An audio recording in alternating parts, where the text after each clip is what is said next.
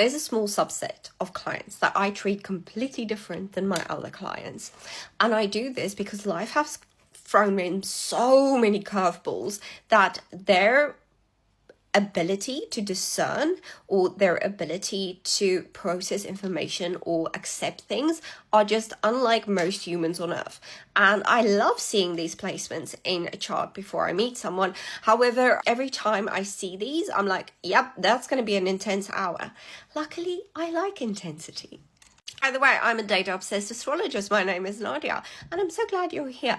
In the comments, I would love to know, do you have any of these placements? Or what placement in your chart do you think is the most intense? For me, it's definitely my Pluto-Mars opposition in the 2nd and the 8th house. Oh my goodness, without that, I would just be so much more quirky, happy-go-lucky, and have less issues. First placement, Aries Mercury. These are some of the most intelligent humans on planet Earth. Their brains work faster than most people's brains. They're also very likely to interrupt people because they could probably finish a thought 3 times over.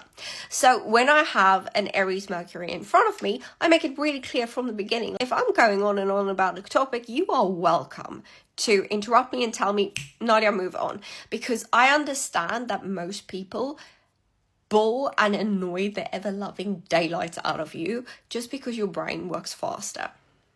Second placement. Now, these people I am actually vulnerable in front of. I open up, I share my trauma because that makes them trust me. In order to do my job correctly, people need to trust me. That is if you have Chiron or Lilith in the 9th house. There's probably some type of religious or a belief trauma or a wisdom trauma. Understanding that you're not alone really helps getting through to these clients so that I can do my job. Third placement, Pluto on the ascendant or Pluto in the 1st house. Bonus points if it's in Scorpio. These people are incredibly intense. They're capable of a lot of transformation. So when I have a call with them, I don't do general, I don't do overviews. I evaluate exactly where they need that mirror and that guidance when it comes to transformation, because that mechanism is basically what runs most of their chart.